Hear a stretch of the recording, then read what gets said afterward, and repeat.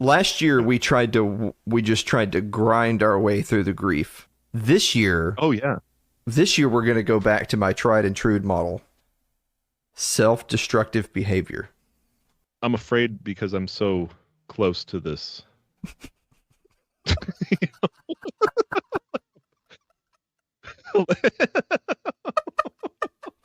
I might enjoy watching it from a distance, but I feel like I'm gonna be involved somehow. You're concerned. Yeah, you're concerned about collateral damage. Yeah, there was some shrapnel coming my way.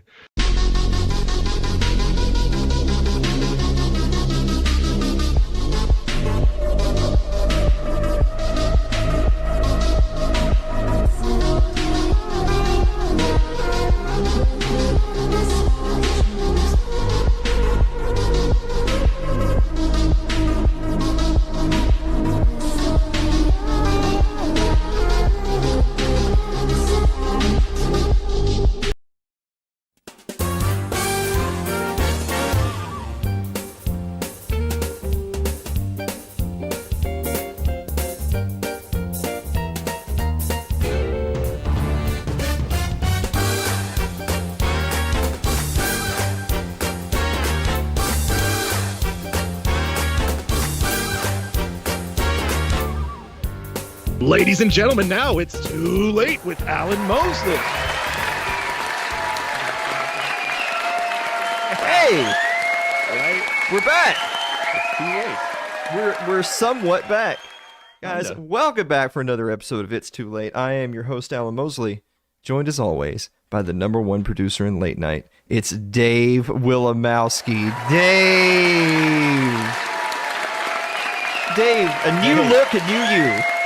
Yeah, we had a bit of a catastrophe today. So I'm in a different studio today. The other one's kind of non-functional right now. But, first world problems, Yeah. How you doing? Hey, you've got your health. Mm-hmm. You've got a family that loves you. Yeah. Sometimes. I mean, what else could a guy ask for? Yeah. A working PC, I guess. I don't know. All right. Well, needy son. A bit much. Yeah. I'll tell you what I can ask for, and that's for us to sell some more tickets to the 6th annual It's Too Late live show coming to you Saturday, May 18th in beautiful Columbia, Tennessee. Dave, listen, we're going to have kangaroos and lemurs and a llama singular, but you don't, respect its personal space. There's alpacas, there's goats, there's a sloth. I actually was looking up some stuff about the sloth, and so everybody knows that they're slow, but did you know that about once a week they have to poop, and that's the most dangerous time for them? They go down to the ground. Because they crawl their poop-laden intestines down to the forest floor, and they take a week-long shiz right there. Yeah. And then scurry back up. I don't know if scurry is the right word, but they go back up. I'll tell you what, the lineup for your event is nuts. Like every time you go through it, I'm just like, this is crazy. And you know how it is that people who watch the show are like, oh, David Allen, they're just spinning a yarn. But actually all that's true. It is. None of pictures. That. Yeah. Yeah, you've seen the pictures. Yeah, it's kind of ridiculous. So anyway, that's the 6th annual It's Too Late live show, Saturday, May 18th, here in Columbia, Tennessee. Get your tickets down there. There's a link down in the description and over there in chat. I would recommend for the genuine It's Too Late experience to get the super VIP. Oh yeah, for maximum VIP-ness. Yeah, I've heard it on good authority that we've actually added another feature to the super VIP ticket. Another one. Yeah. So now on top of the bracelet and the lanyard, they get a fortune cookie. Oh. Yeah. Well, you can't beat that. No. Yeah. We've been pretty on point with the cookies lately, if you recall. But anyway, guys, topping the news tonight, President Biden was at an event highlighting fundraising for AIDS research featuring special guest Sir Elton John. Here, take a look. By the way, it's all his fault that we're spending $6 billion in taxpayer money this month to help AIDS fight HIV/AIDS. Oh my God, it's all his fault. That's AI, right? That can't be real. It's real. Oh my God, Elton John did AIDS. Yeah. Yeah, so I bet All that of color, yeah. Candle in the Wind and all that. But anyway, I think Dave and I may have gotten this bit a little bit backwards, because normally I say, oh, President Biden's back in the news. And I say, oh, Dave, do we have a picture of President Biden? And then you go, oh, yeah. Yeah, right here. Oh. Yeah. Oh. Wow. Okay. You know what? I feel like it's reinvigorated him. Yeah, he looks spry. Yeah. If I know one thing, it's that hate can keep you going. Mm-hmm. Yeah. What do you mean? Mm-hmm? What's that supposed to mean? Oh. Sorry.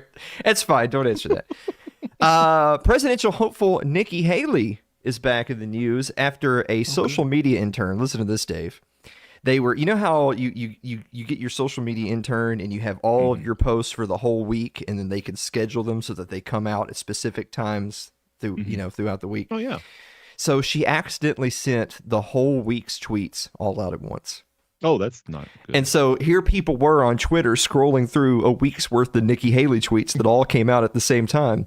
But they found this gem right here. Check it out. Nikki Haley says, 12 fellas down, 1 to go. Wow. Oh, and at 420, nice. Yeah.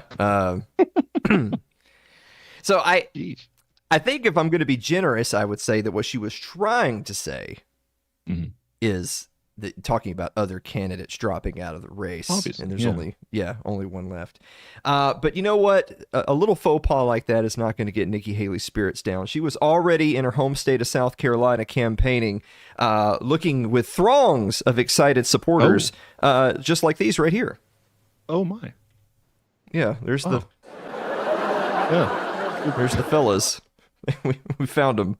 Haley backers, I see them. Yeah. You know, I bet they were really pulling for her. Oh, come on. Okay. No? Okay, all right.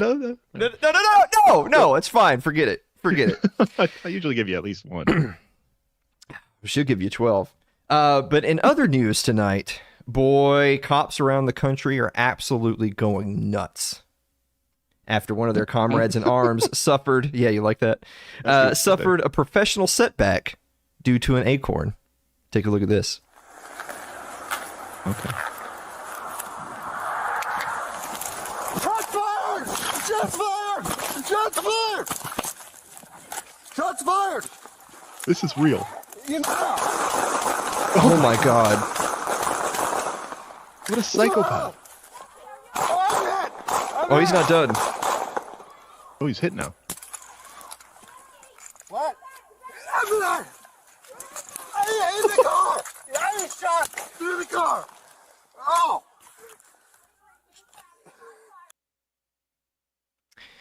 Wow. So for people who maybe haven't seen the video but have seen the memes, so what happened is he had taken in a suspect who had allegedly possessed some illegal sound suppressors for his firearms.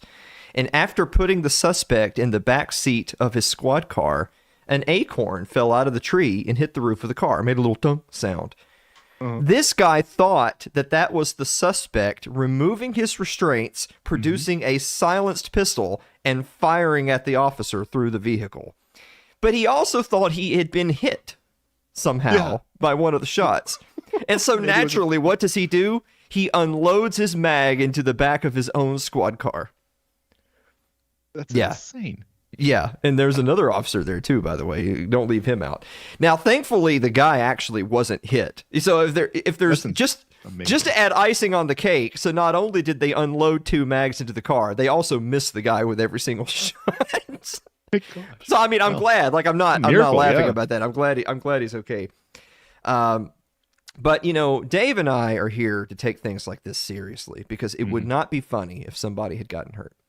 So what we decided to do was bring on a firearms expert to actually teach the audience at home the correct way to let an officer know if you have a firearm in your vehicle. Take a look at this. Okay, today I'm going to show you how to properly inform a police officer that you're carrying a handgun in your vehicle. Oh, jeez. Nice and clear. public service did there. God. Yeah. So anyway, and finally this evening, boy, it just goes from bad to worse for our men and women in blue. But in an effort to rehabilitate the image and facing the mounting criticism that the NYPD has been suffering, they actually formed a dance team. Oh, good. So check it out here on Local Access News. This is the NYPD dance team. Oh.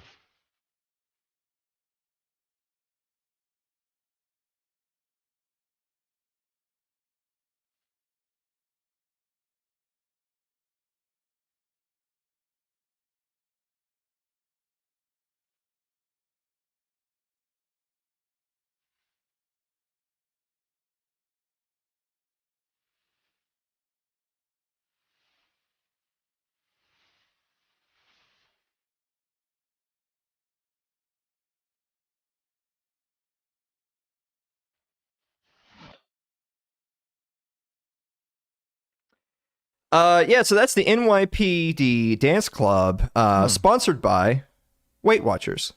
Wellness that works. Oh. Weight Watchers. Yeah. Well, the club ain't the only thing that can't be handled right now. But before we take our first break, guys, let me tell you about one of tonight's sponsors, which is Fox & Sons Coffee, which you can find at foxandsons.com. If you use promo code ITL, you get 18% off orders of $25 or more. I know, right? Ridiculous. Shipping is always free on orders of $37.99 or more online at foxandsons.com. I actually have the electric boogaloo right here. Listen to this, Dave. Oh. It's a blend of our dark and light roasts. Now you know me. I prefer to keep the dark and light roasts separate, but this is actually a blend for the perfect medium roast. Chocolate, smoky, clean, with a floral hint. Chocolate flavored coffee. This is, guys, listen to this. This is chocolate flavored coffee. Mm-hmm. You can get chocolate flavored coffee and honey flavored coffee at Fox & Sons Coffee. That's foxandsons.com. Use promo code ITL. Guys, we're going to be back with the meme of the week and the viewer mail right after this commercial break. Don't go away.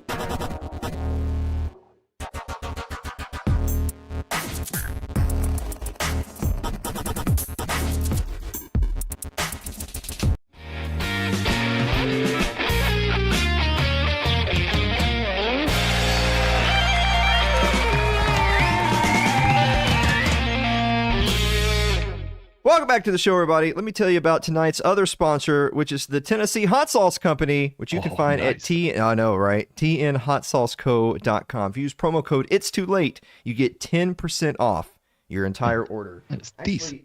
Actually have some right here. Ooh, look at the one I pulled up, Dave. This is the Blood Orange Ghost. Oh, that is all scary. Yeah, this one, if you see here on the side, it's problematic. It sounds problematic. Yeah. You also notice it hasn't been opened. You see it? Yeah. You see that? No steps taken from that one. No, sir. Anyway, that is the Blood Orange Ghost, which you can find at the Tennessee Hot Sauce Company at tnhotsauceco.com. Use promo code It's Too Late. Dave, do you remember like a week or so ago or whatever it was when Tucker Carlson went over to Russia and interviewed Vladimir Putin, and then he asked Vladimir Putin, like, why'd you invade Ukraine? And then Vladimir Putin, it was like, well, you know, and then he starts telling like a millennia of Russo-Ukrainian history, and everyone made all the jokes and memes about that big long-winded explanation. It finally dawned on me, Dave. That doesn't bother me at all. Vladimir was just trying to explain the lore. Oh, lore is important. Yeah. So now that you get that he was just trying to catch you up on the Russian lore. Yeah, everything makes sense now. Yeah, it makes total sense. Hey, Dave. Yes, Alan. What time is it? Time for meme of the week.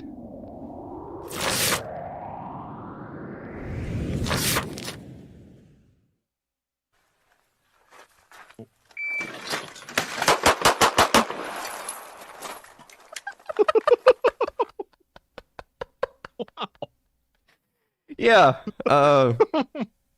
Yeah, D3, don't do that at your first interview. But we do have a bonus meme. Check out the bonus meme. It's almost the end of the year. We want to see how you edge. Show us your most memorable edges.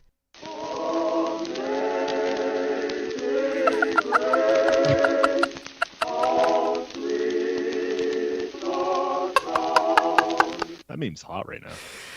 Oh my God. Yeah. Oh man. Well, how are we doing on time? We doing good? Yeah, I think. Oh, we're doing great. We can answer all the viewer mail.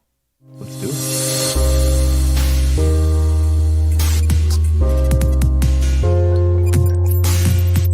High tech. How many times have I said that I need to get you to edit that so it's not so, like serious? Oh, I like it as serious. It's like a corporate, function video. Gets me excited. Yeah, Fired you up really for the team. Yeah, you look real excited right Look at now, me go. Dave. Mhm. Yeah. This is all I can muster. All right. Okay. The first question comes to us from Aaron Kittner, who writes, "Dear Alan and Dave, what chain has the best donuts?" Dave, are you big donut guy? Not a whole lot chains. Like if I get donuts, it's a local place that I really like. It's like chains.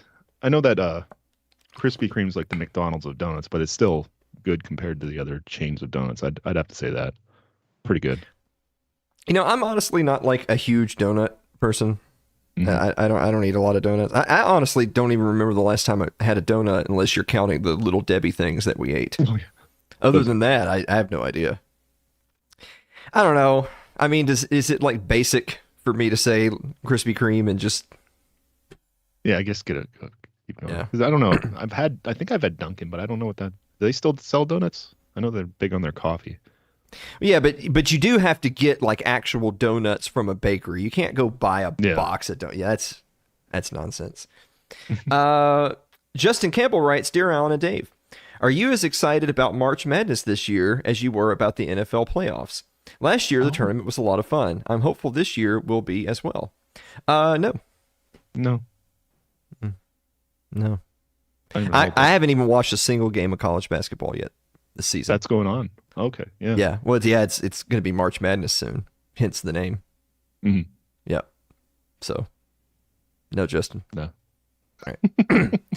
Lyle Durio writes, "Dear Alan and Dave, should I buy a 23-year-old Buick?" Oh.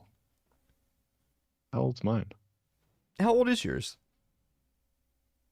Oh, it's 14 then? Something like that? Like, would you buy a 23-year-old Buick? Probably not. I'm not good at working on cars. I'd have to know Okay. that like he had to fix stuff. Yeah. But I don't know. Well, I feel like this is a question better directed towards Mitch. We'll ask him. He do that. Yeah. Okay. Yeah. Well, Lyle, run it by Malcolm. See what he says. Mhm. Andrew Avery writes, "Dear Alan and Dave, in honor of President's Day, is Mount Rushmore a rock group? Were Washington's wooden teeth presidentures? Oh. Is the 11th president ate a pulled pork sandwich? Would that be a pig in a polk? And finally, is the current president going to exit the race quickly, or is he biding his time?" That was a lot. We got it. Yeah.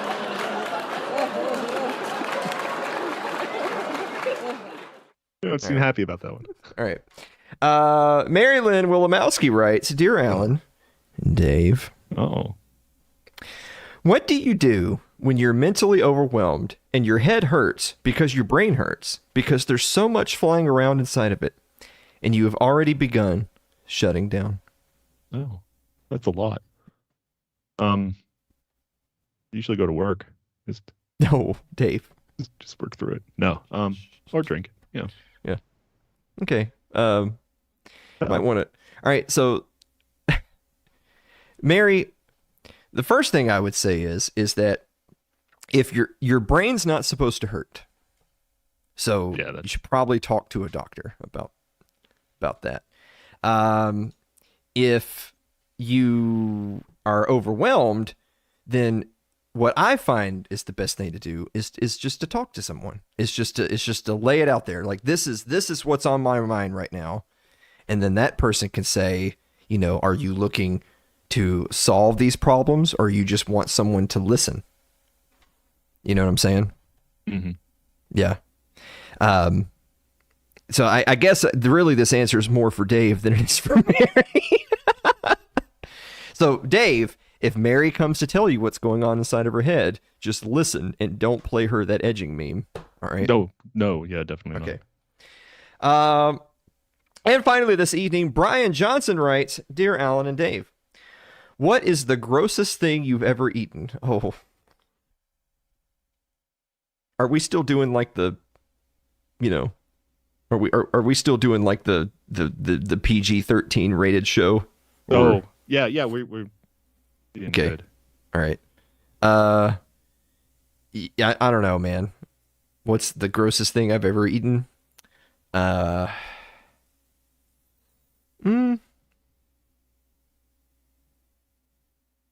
honestly can't think. I mean, I'm not super adventurous when it comes to food. You know what I'm saying?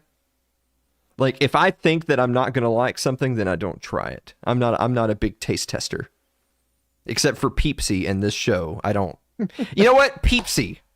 That was pretty bad. Peepsy was pretty damn bad. The first one was bad. We're not even getting into the 11th one. The first one was bad. All right, Dave, I'll give you, what's the grossest thing you've ever had? I don't know. I feel like it's got to be some kind of seafood. Oh, not a big seafood person? No, not at all. But I'll try. Like, I'm opposite you. I'll try anything and really not like it. It might have been a squid or something like that. I think I swear I tried a little bit of squid somewhere, and it wasn't into that. All right. Well, that's all I can. Yeah, I don't like seafood. Okay. I mean, I like fish sandwiches and stuff, but all right. Okay, that's fair. Commercial break. Yeah, let's do it, guys. We're going to be back with Kyle Anzalone to talk about all things Julian Assange right after this commercial break. Don't go away.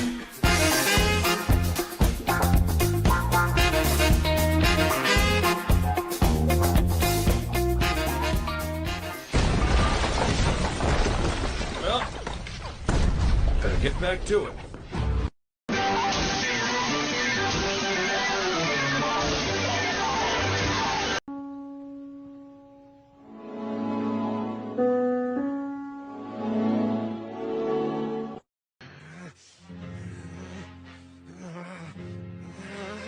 Hey, no, stop. Just calm down. Don't do it.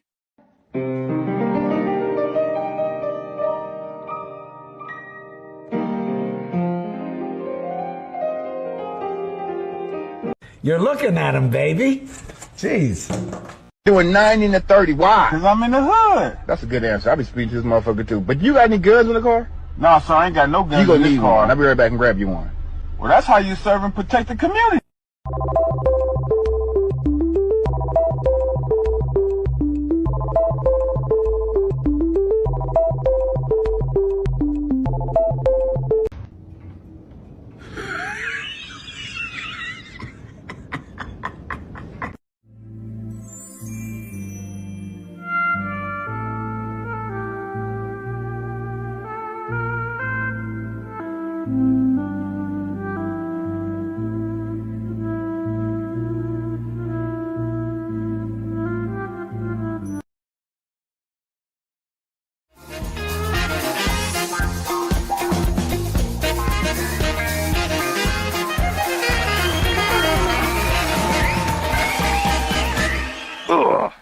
Welcome back to the show, everybody. Our guest this evening is a writer and editor, and you can find all of his content, including his own show, Conflicts of Interest, over at the Libertarian Institute, which you can find at Libertarian Institute. Is it .com or .org? I always forget. .org.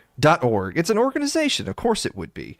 On also, our guest tonight has become way too good for us now that he is a regular fixture on the show of one Judge Andrew Napolitano. That's Kyle Anzalone. Kyle, welcome to the show. Thanks for having me back on the show, Alan. Happy to be here. All right. Well, I know you're lying, but that's okay. We'll keep going.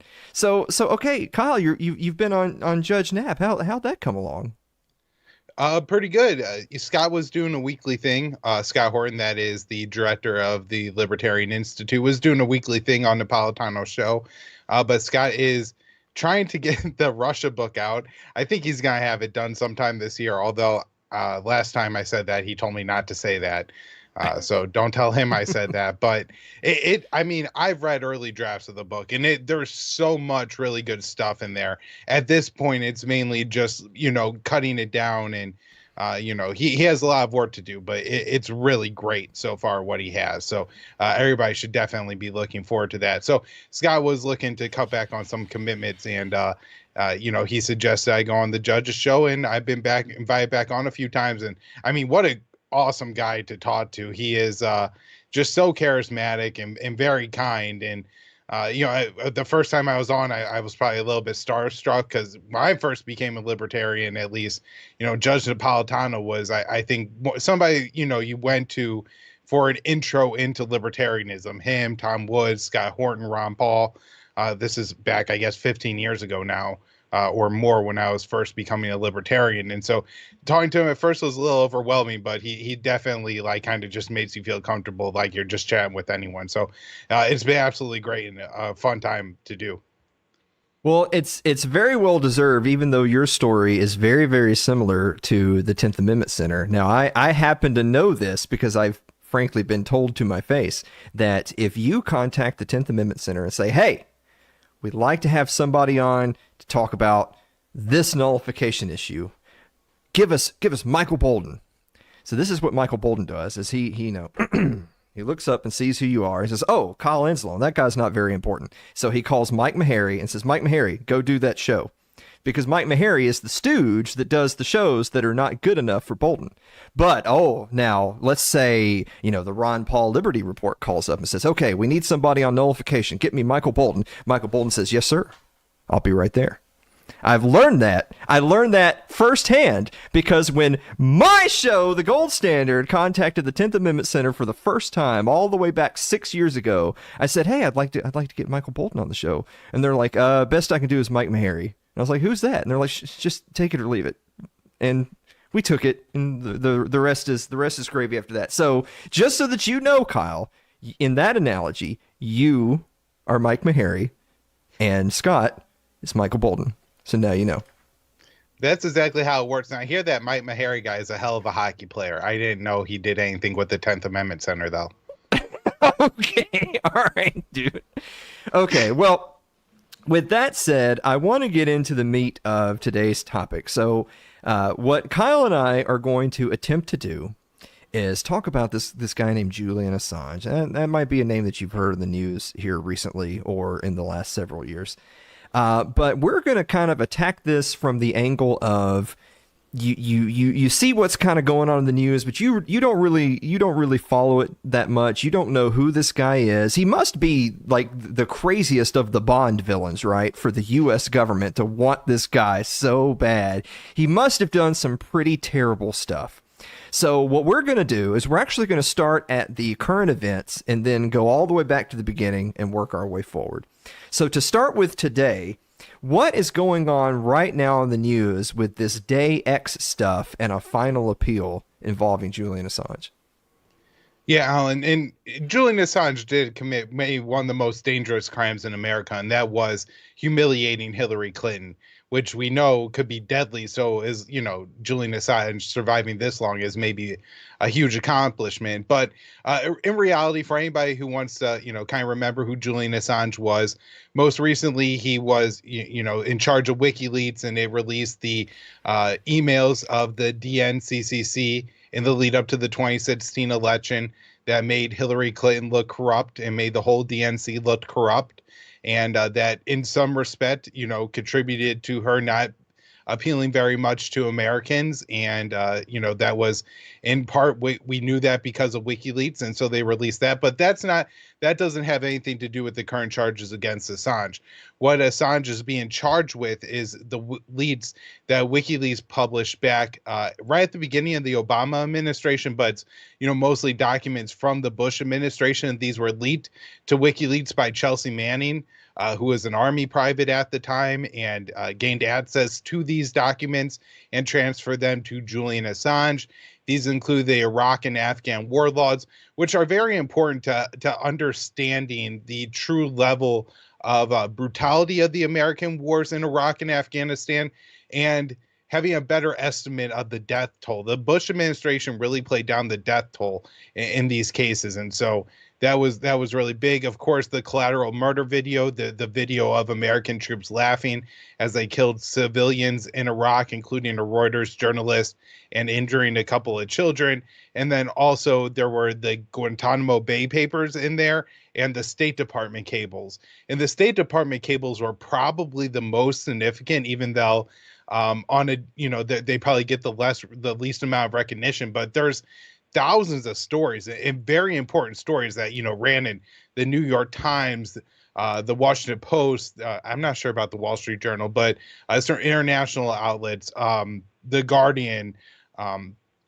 I forget which was the French outlet involved there, but all these important stories about corruption going on around the world at the hands of the U.S. State Department in coordination with the Bush administration and the White House, and all that was exposed by WikiLeaks, and I really humiliated the American government and really exposed so many American war crimes and so many truly awful things the American government was doing around the world. And so after that, Assange became really a target number one for the American empire. And remember, at this time, he's almost kind of a darling of the liberals, because most of the documents he exposed were the war crimes of George Bush. And, if you remember back to 2008, and this is a long time ago now, Alan, but in 2008, the liberals were, kind of anti-war. They had just lived through 8 years of George W. Bush, the Iraq, the Afghan wars, the real horrors of the Iraq war completely perpetrated based on lies. And the liberals were fully against it. And so these documents really confirmed their biases. And so they really embraced Julian Assange and WikiLeaks.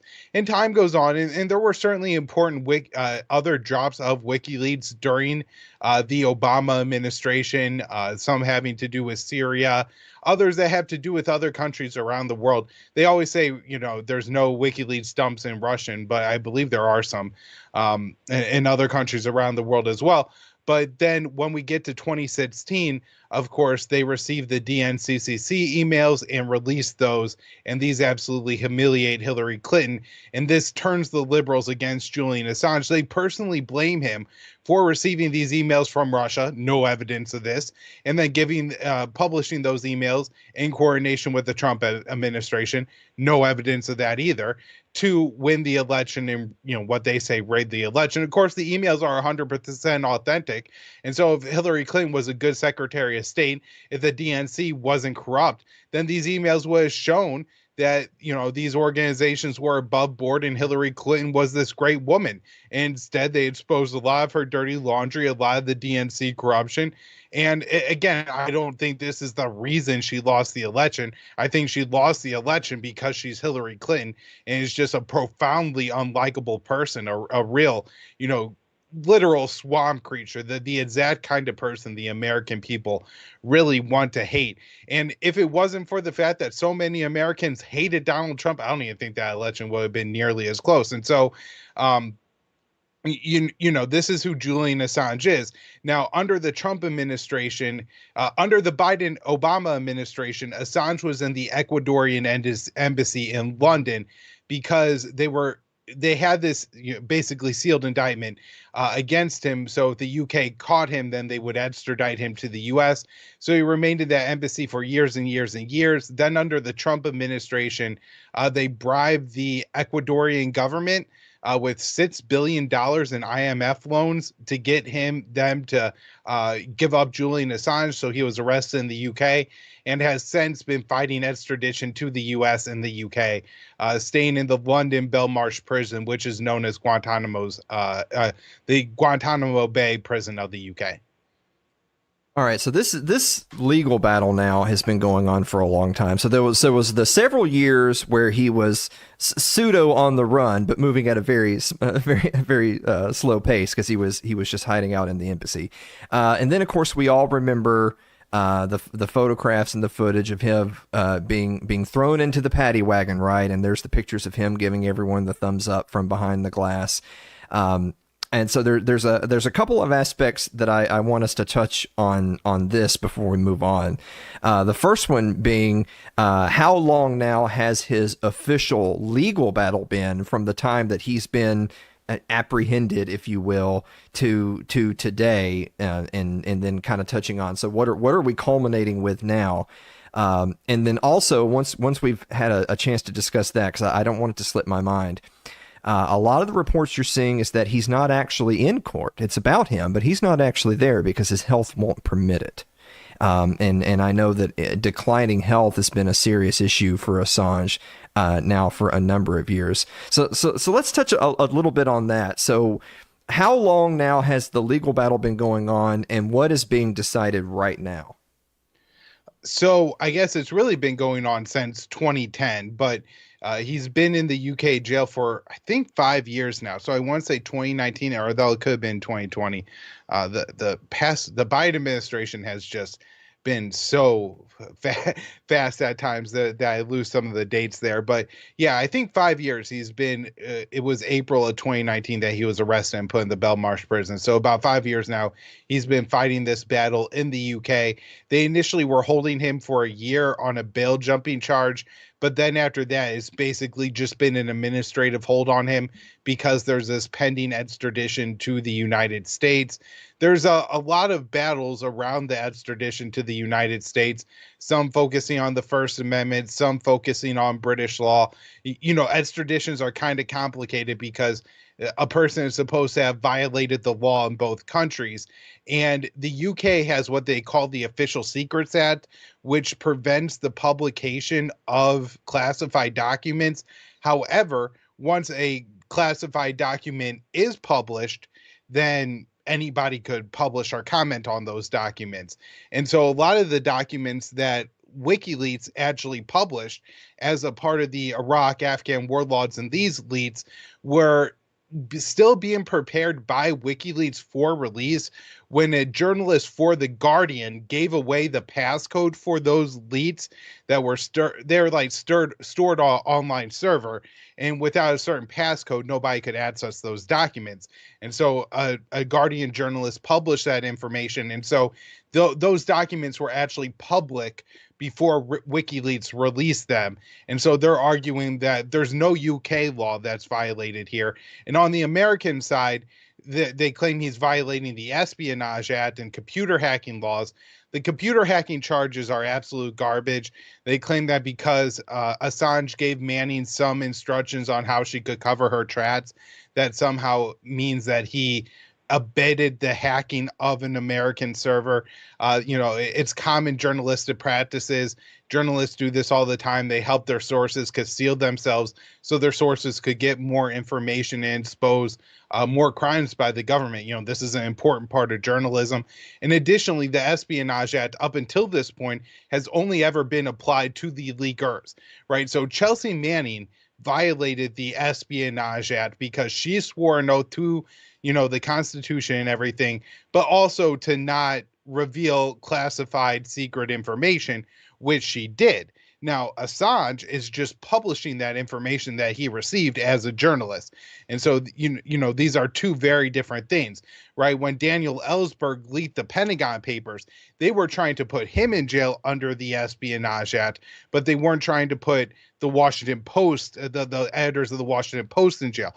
The U.S. is trying to put Edward Snowden in jail for leaking all the cables on NSA surveillance, but they're not trying to put the Intercept, Laura Poitras, or Glenn Greenwald in jail, right? So this is supposed to be the distinction, and the White House is absolutely blowing through it. And this is important here, is that during the Obama administration, they didn't officially press charges on Assange. They were there's this nebulous sexual assault charges that I think were all invented against Assange that were floating around in Sweden for a couple of years that Assange was willing to address. He just wanted assurance that he wouldn't be extradited to the U.S. in the process. But the Biden administration acknowledged there was a New York Times problem for Julian Assange, which essentially meant there was no difference from what Julian Assange did versus any journalist at the New York Times. And so to open this, Pandora's box by prosecuting Assange, then they're going to allow the prosecution of any journalist in the U.S. Now, of course, most of what the Times, Post, Wall Street Journal published, those journalists will never be attacked because, of course, those are official leaks, right? The CIA gave that to them to publish, right? They're told, Iran is working on this secret thing. And they do that to inflate the threat of our enemies, to scare Americans. This is all a part of their very intricate and complex propaganda campaign. However, if anybody attempts to do real journalism, receive a real leak that the government doesn't want the American people to know about, then they'll be prosecuted just like Julian Assange. Now, and real quick too, I want to make sure that we touch on this before we move on to a quick commercial break. So I know that for people that have been watching things more closely, I know that they've seen some of the limited photographs that have been out there. So there was the number of years so Assange was essentially in hiding, and then there was the years that he was in the Ecuadorian embassy. And kind of the rumor mill going of, well, he's not in the best of health. It's certainly not the best of circumstances, and that might be a contributing factor. And then, of course, after he's taken by UK authorities, there's some of the limited photographs where he does not look well. He looks essentially invalid or bedridden. And now fast forward to the most recent court hearings related to his extradition leading up to right now. I guess he's on his final appeal, correct? This is his final appeal. If he loses, he will be probably whisked away to the United States pretty darn quickly, if I had to guess. And he's not able to attend because his health has gotten that poor. Is that a correct assessment of him? And of course, it's hard for us to guess what is going on there behind the scenes, but it's hard to imagine that it isn't at least partially contributed to his circumstances. Yeah. So I think, the years in the Ecuadorian embassy, having a limited amount of sunlight. One of the ways they try to smear Assange when he was in the Ecuadorian embassy is they publish these photos of him on a skateboard. And they're saying, oh, look at this crazy guy who's going nuts and skateboarding up and down the hallways. And I guess one of the reasons he was doing this is crazy to think about, but he hadn't felt motion. And you know what? He had ridden in a car in years and years and years and years. And so to replicate that feeling of motion, he was just like going up and down a hallway on a skateboard. And so, maybe to understand a little bit of what his time was like in the Ecuadorian embassy, how confined it was. Additionally, he has some kind of underlying health / autoimmune disorder. I know when he was in the Ecuadorian embassy, he would make bone broth for himself because that was relieving some of the symptoms associated with that. It's also come out in court that he has at least some level of autism spectrum, placement. I'm not exactly sure how severe that is. But, that more contributes to his mental health situation. Of course, he's somebody who not only has been in a very harsh UK prison, but also was in it through COVID, right? And so the restrictions, the inability to talk to other inmates, to have any kind of social interactions, limited interactions with his lawyers, with his wife, with his children, with his family. And so all that has certainly taken a toll on him. I believe it is, official medical that he had what they call like a mini stroke one of the days he was in court. And, I know a lot of your audience is probably libertarian, and we know Ross Ulbricht, who's serving life in Florence in the U.S., and he's able to post a little bit more on social media. Assange isn't able to, but some of his advocates are. But Ulbricht will sometimes, put out tweets through his advocates on social media about what it's been like in that supermax prison throughout COVID. And I can only imagine that Assange is in a slightly worse place. Of course, Ulbricht is a younger man, a healthier looking young man too. And the way he says, the kind of toll it's taken on him and how restrictive it's been on him. I think he said he got like 3 hours of kind of a community time recently, and how like glorious and how big of a deal that was. So the conditions for Assange in prison are really rough. And another quick thing on his health, Alan, and just, think of this like kind of mental torture they put him through. When they initially took him into Belmarsh, they falsely told him that he was HIV positive, and it wasn't true. But that seems like just a kind of another form of medical torture, psychological torture. That's so weird and random that they would do that. It's hard. Excuse me for wearing the tinfoil hat, but I would dare say that our overlords would rather him just drop dead. But that being neither here nor there, Kyle, we're going to take a quick break, and when we come back, I want us to talk, do a little bit of prognosticating of what might be coming next, as well as maybe handle some of the objections that you hear from the typical regime shill of why we shouldn't be championing Julian Assange. Right after this commercial break. Don't go away.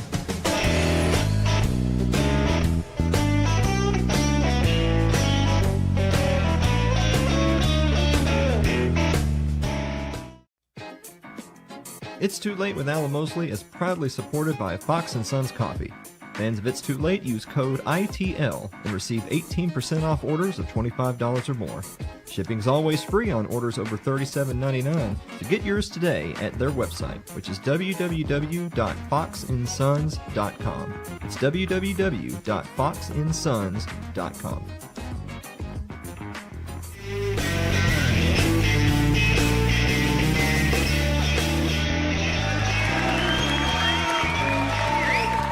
Welcome back to the show, everybody. We are joined once again with our good friend Kyle Anzalone. Kyle, let me hit you with one that you see a lot on social media, particularly from our wonderful right-wing champions of liberty and justice, who will say, "But Kyle, Julian Assange leaked information that put U.S. soldiers in danger." Yeah. So even this came out during the Chelsea Manning trial that no U.S. soldiers, or I guess the claim about U.S. soldiers is different, right? They say that the Iraq-Afghan war laws, the Guantanamo Papers, exposed American war crimes, and because of that increased hatred against American soldiers in the Middle East. And to blame the person who exposed the crimes rather than the people who committed the crimes is just kind of the backwards mental traits that Republicans tend to do to themselves, right? Rather than blaming the soldiers who are killing these innocent civilians, George Bush, Dick Cheney, or whoever else, is responsible for the Iraq war, Donald Rumsfeld, Condoleezza Rice. We have a huge number of people who we could blame and hate for the war in the ramifications of this war, which includes increased hatred for Americans among people in the Middle East. And a part of that, is an increase in the amount of like jihadist terrorism and anti-American terrorism that goes on in the world. And because our current leadership makes American soldiers so accessible to these foreign terrorist groups by keeping them in poorly defended bases in the Middle East, all over the place, Iraq, Syria, Jordan, Djibouti, just all over the Middle East, it's created this problem where, sometimes American troops are getting killed, but this isn't the fault of Julian Assange. He's the one that's exposing the problem that should be allowing our society to make a change, to improve. That way we don't, create all this killing that creates so much hatred towards Americans. Now, the other kind of part of this claim, Alan, is that Assange leaked these documents, and a part of the Afghan war laws, there were names of people who worked with the Afghan government. And they say, oh, he got informants killed and things like this. Well, it's important to note that WikiLeaks was really working to go through and remove all these names from the Afghan warlords. And it was that Guardian journalist who went ahead and released the documents before WikiLeaks and Assange was ready to, that published all those people's names. And the reason WikiLeaks went ahead and released the cables with all those people's names as well is because once it's out there, everybody's going to have access to it. And so, it's just as important for the people who are on the list to know, so they could take steps to protect themselves, to move whatever they have to do, as it is, to anybody who could possibly find those names. Now, I do, you can't help but just notice the irony of the fact that you don't see a significant movement by the state to discredit or disprove any of the leaks. They're not saying, oh no, we didn't commit these things. Nowadays, they're just saying we're going to go after the people who talk about them more than that. There is one other objection you hear. Now, you already touched a little bit on Julian Assange. Well, he's just, of course, doing this for Putin. These are Putin talking points. He's just working for the Russians, clearly. And granted, you already touched on, no one was saying that in, 2010. All of a sudden, fast forward to today, that's sort of become the topic du jour. But this is one you hear a lot too. So I'm going to throw you this softball.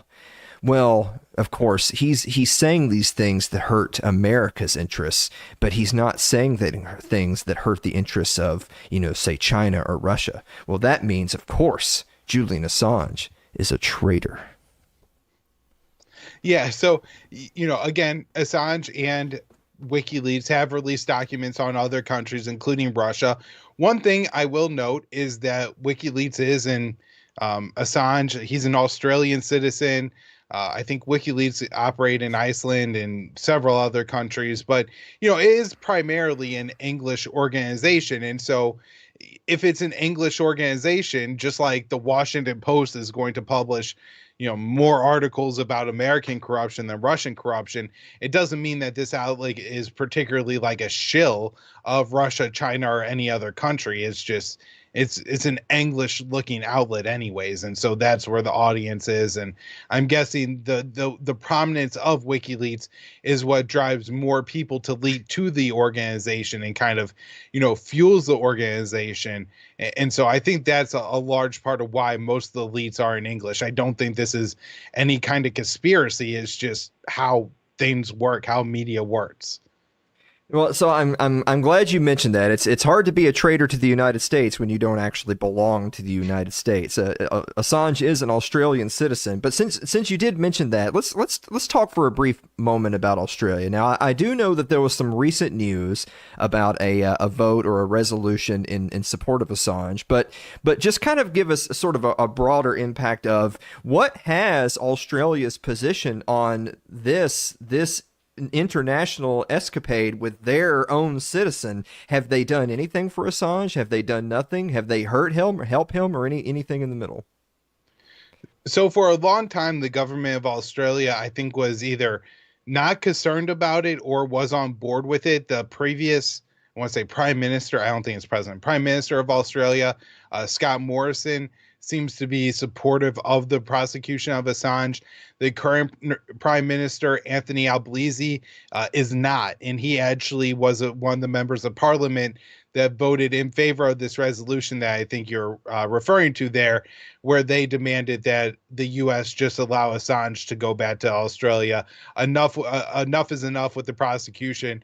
Enough is enough with Assange being in detention. It's been almost 15 years now. It's time for him to just come home to Australia. He's not an American citizen.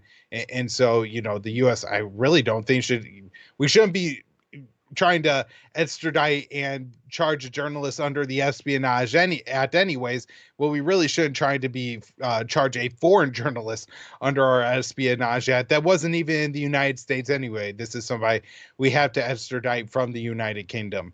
And so, yeah, and there are a couple other people within the Australian government that have really taken up the cause of Assange. They've come to the U.S. They've lobbied American lawmakers on this. And look, our congressmen obviously don't respect us.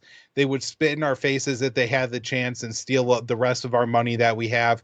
They have absolute contempt for us, but they probably do have a level of respect for other lawmakers from other countries.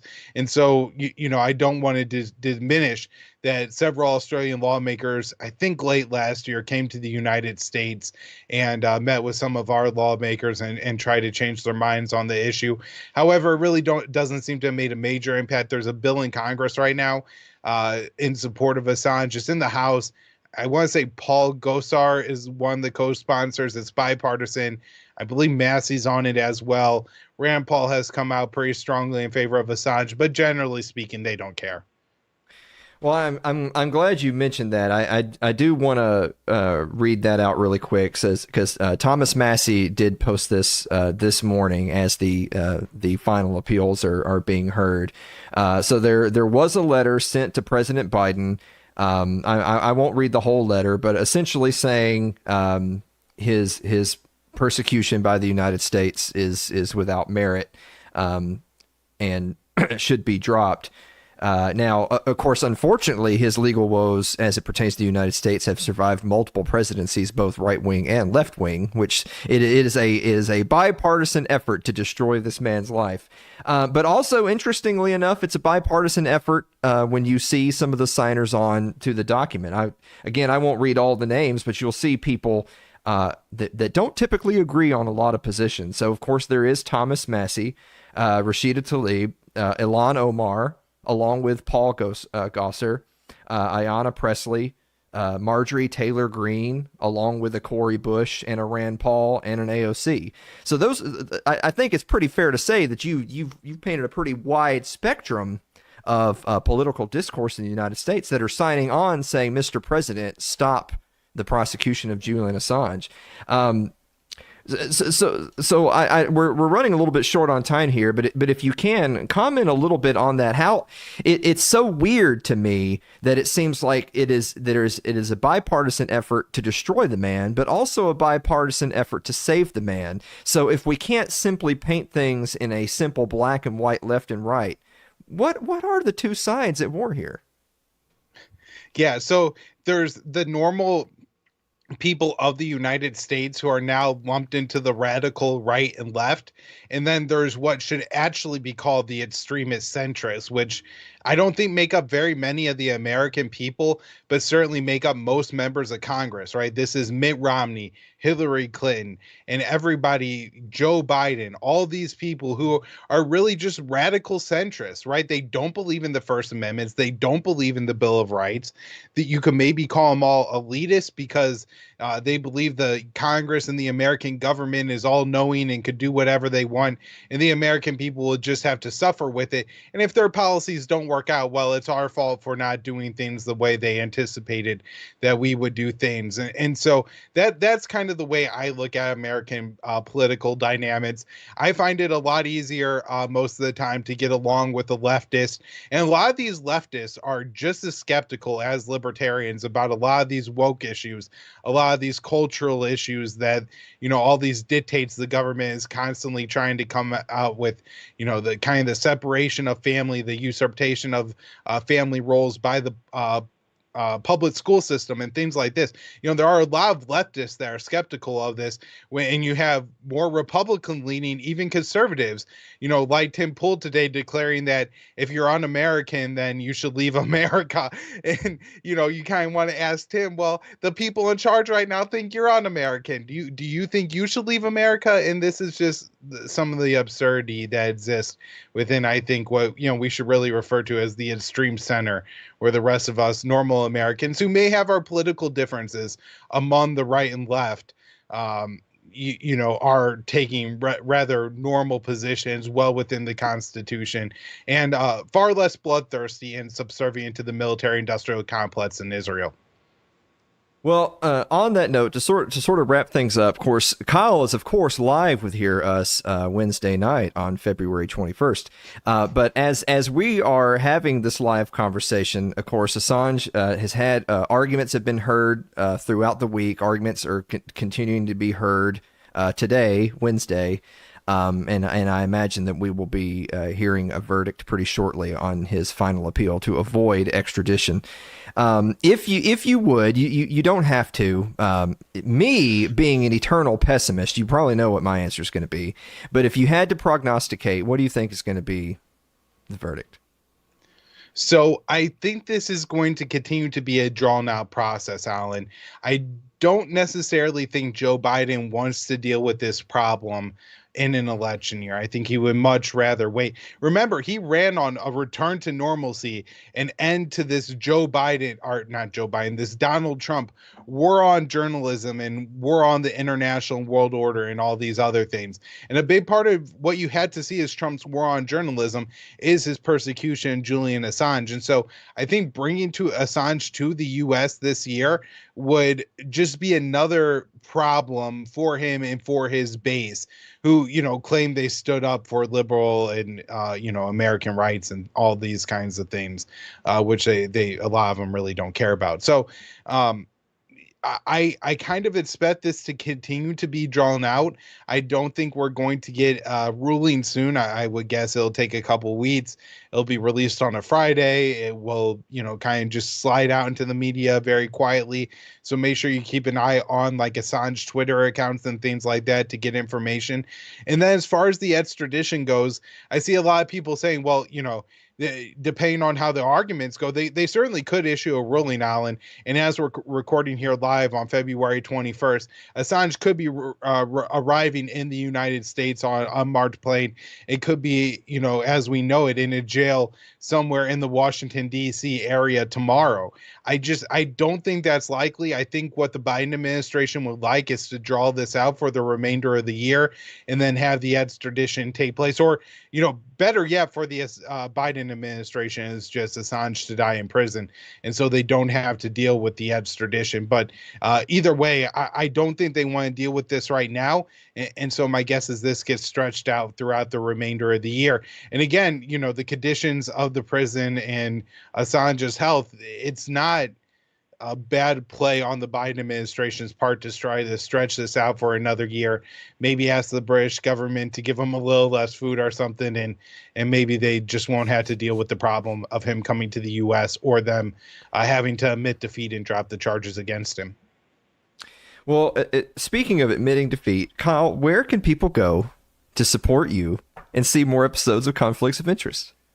The Libertarian Institute is the best place to go to find my work. Of course, that was founded and run by the great Scott Horton. Also, my colleagues there include Sheldon Richman, James Bovard, Lori Calhoun, Ted Galen Carpenter, Keith Knight, Connor Freeman, who is the co-host of my show, Will Porter, who is a good friend of ours, Patrick McFarland, and a lot of other people who I'm pretty sure to become a member or to become a staff member at the Libertarian Institute, Alan, you actually have to appear on It's Too Late at least 2 or 3 times. So very true. It's a group of people that your audience is very familiar with. Very true. I'm going to start naming names of people associated with the Institute that haven't been on the show yet so that we can get them scheduled on so that they can hear this sound when they say something stupid. And speaking of that, Kyle, it's time for the bonus round. Are you ready? Never, but let's do it. Is a corn dog a Wellington? Yeah, I mean, it's a poor man's Wellington, but it is a Wellington. It's beef or some sort of meat wrapped in a bun. That is correct. A corn dog is indeed a Wellington. Way to go, Kyle. I knew you had it in you, buddy. It only took me 5 of these things to get one right. That's all right. I think you're now up by 1 on Patrick. I'm pretty sure he's in last place. Hunter is 50-50. I think you're now 1 up on Patrick, and I don't know who's in first. I could see Hunter doing very well with these. Yeah, okay. What are you trying to say that he's just the right amount of autist to get these questions correct? All right. Okay. Anyway. Technically, if you're going to count, see, this is one of it's like football. You have to have a minimum of a certain number of pass attempts in order to be in the record books. Joseph Solis Mullen has only done one, but he's 1-0.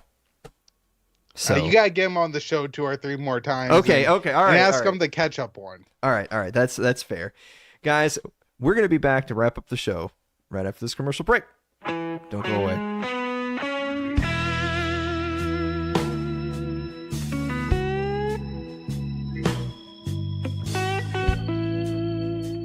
If you're enjoying tonight's show, consider supporting the program by becoming a member of our Patreon. That's over at patreon.com/Alan Mosley.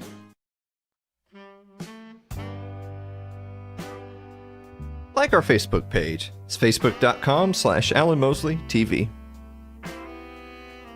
You can follow me on Twitter. It's twitter.com/Alan Mosley TV. Subscribe to our YouTube page. It's youtube.com/Alan Mosley TV. But if you're more of a listener than a watcher, you get us on your favorite podcasting platform of choice thanks to Spotify. It's Too Late with Alan Mosley or @Alan Mosley TV. Also, don't forget to get your tickets for the 6th annual It's Too Late live show coming to you Saturday, May 18th in beautiful Columbia, Tennessee. Dave, do you have a final thought? Wow. Despite a couple little setbacks, I think we put together a pretty good show. That was nice. Kyle was great. Good to have him on. We put on a good show. Yeah, we did. Man, we couldn't do it without me. Right? Look, the bags just keep getting bigger and bigger under my eyes. Same. Yeah, it's the same. Yeah. You got a little bit of your week this week. Yeah. I sent a picture to Mary earlier. You can't really see it on this camera, but I'm starting to develop streaks too. Oh. Yeah. I'm getting like the whole mad scientist thing going. Yeah, you got. Yeah. Because that's what it takes to be a genius. You got to be mad. Part of your character arc. Yeah. This is your mad scientist era. Yeah, I'm out of the yellow fever arc and now I'm into the mad scientist arc. All right. I don't think we're doing an after party tonight because Dave's tired and I'm angry. Yeah. So pretty much the usual. And yeah, people are like, well, that's really no different than any other week. Why aren't y'all doing a... Oh, this one's extra. Yeah, extra. We're a little extra this week. Guys, thank you for watching another episode of It's Too Late. And we will see you next week. All right. Good night, guys. So I'm sure it'll all be fine. Yeah. Just have to, reinstall Windows and. Well, Keith says it was a great show. So. Oh. Well, thank you. That was nice of him. Yeah, I've always thought Keith was a good person, even though you don't think that. No, I think he's a great person. It's not a terrible person at all. Yeah. Wow, it was a certified banger. Wow. Nice. Yeah. Neat. We were just over here playing guitar. We're paying any attention. I don't know.